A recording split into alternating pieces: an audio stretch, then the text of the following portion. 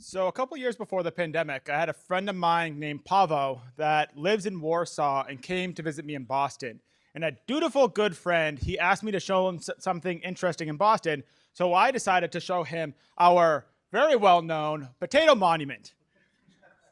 This is an actual monument that lives in Boston. And the reason I showed it to him is because he enjoys authentic experiences. And when he travels, he wants to engage with the culture that it is. And this monument's like right outside of Mass Bay under a bridge. It's pretty hard to find, but it's very meaningful to find it. But this isn't the only thing I could have shown him. I could have also shown him like the Make Way for Duckling, which is down in the Common, or the bridge that we genuinely have that is measured after the size of an MIT undergrad. But after a couple of years, when the pandemic came, people stopped coming. It killed our tourism. People stopped coming to our historic city. And it was very sad for me to see because we have so many interesting things here. So what we want to do is that we want to create an experience that is unlike something we have before, because the tourists that are coming back now are not the tourists that left before the pandemic. They are younger, they're more tech inclined, and they want more authentic things. They're tired of Segway rides, they're tired of bus tours, they're tired of duck tours. They want something that they can interact with. They want something that they can engage with.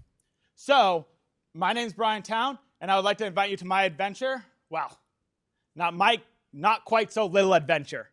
So how this works is this is a app-based scavenger hunt that allows you to explore the city in a narrative fashion, that you will get puzzles, you will have options, you will have things you need to solve to get through the city, and you can do this with your friends. Now, the way that we want to set up this business is not just simply an app on the App Store. We want to sell a full premium experience like an escape room. But we also want to be both affordable for people that want to do this that are in college, but we also want to have a premium option for people who have the ability to pay extra. So what we want to do, I want the box, is that we actually want to go into box stores. And the idea here is that you can go on the app and buy maybe a $20, $30 experience, or you can buy the same experience for $50, but you get add-ons. You get maybe challenge decks. Maybe you get gizmos and gadgets, and you get more interactive and technical puzzles than you would get otherwise. And when we went around to validate this idea, which we put a lot of work to validate this idea, we actually had 7 people pay us for this beta. We went out to the middle of Boston and interviewed a whole bunch of people. We went to undergrads and college campuses to interview people, and people were genuinely interested.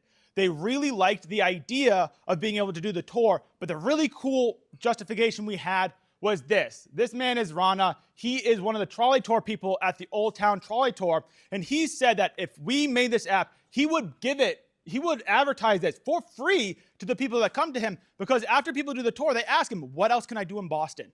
And this is something that you can just do. And what's really cool about this is a two-way street for the tourist industry that already exists. We're not taking their customers, we're helping them find customers, because we can work with them to sell this experience, bringing in more tourism. So let's show something off.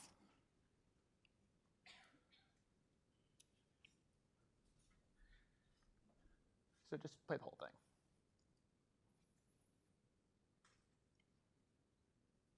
So you can see, going through the experience, you can just play it. Going through the experience, you go into the app, you can get started, you can go into the sign up, which you can use your Google or whatnot, and you'll notice a series of different options you have for different adventures. Now, if we wait a second, we might actually see some people outside right now finishing their adventure. Look how excited they are. Don't you want to be them? Stage the next video. Stage the next video.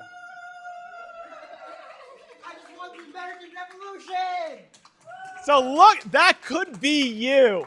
But what's also really cool, do you want to just do the next one?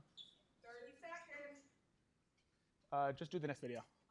What's really cool too is that we will give you a montage of your entire adventure that you can then share on social media.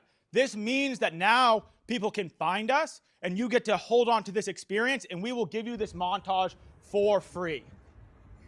Now come work with me and we'll be able to connect you with your city and with your friends. Thank you very much.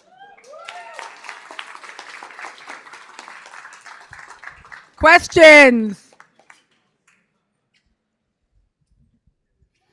Hey, can you share a little bit more about the differentiation and the price point that people are getting? And then if I come do the scavenger hunt once and I want to do it again, is there another one that's available to me? Do I have another mic? Oh, perfect. That wasn't for you. Go on a scavenger hunt. So the goal is to offer a series of different experiences. Likely, like like an escape room, you wouldn't want to do the same one twice. So we wouldn't want to develop multiple. One idea we had was like American Revolution, which we showed, but we could also do like a bar crawl where you have to actually do a scavenger hunt to find the bars on the way to the bar crawl. And when you find the bar, you get rewarded with a shot or a drink or whatever the local business does. And this allows us to also work with local businesses to help them, especially after the pandemic. I think the investors in the Boston Duck Tours are actually very happy.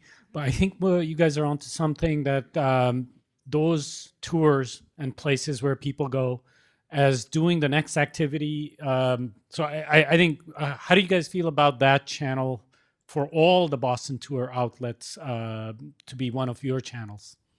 So we don't see us as a direct competitor to the tours. We are in this form that we are an alternate form of entertainment, but we are a different form of entertainment. It's almost like a citywide escape room. So if you're looking for just a simple tour, you're not going to be interested in us. But what you're going to be interested in is if you want a lot more interactive experience, which is a much different mode of interacting with a city. Great presentation. What about sports? Because Boston is a sports city too. So how are you planning to incorporate that in any way? What we really like about this idea is that there are so many experiences we came up. Sports did get brought up, and like doing something about the curse of the Red Sox was one of the ideas we had. But what's cool about the flexibility of this idea is it allows us to target different markets. So we would want to roll out with something simple for tourism that we know would be a strong market as a good starting point. But we could very easily expand into, like you said, sports. We talked about like college students, specifically international students coming here for the first time that want to come acquainted to a city. If you're interested in tech, Boston has a crazy tech history. Do one around that. We're getting different markets, which gives that sort of mobility to this idea. Last question. We have 30 seconds.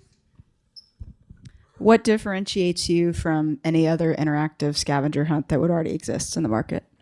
There isn't many. There are a couple that exist. I forget the name. There's one major one, but the big differentiator is that the scavenger hunts that exist are either old or they don't have that actually deep of interactivity, or they're like an escape room, or there isn't something exactly where we are. We're very similar to a lot of other things. Also, a lot of other companies that do this business model are doing B2B. So they're selling specifically to other businesses as a outing kind of experience. And while we are open to doing B2B and we would want to expand into that, we would want to stay as a brand, as a B2C company.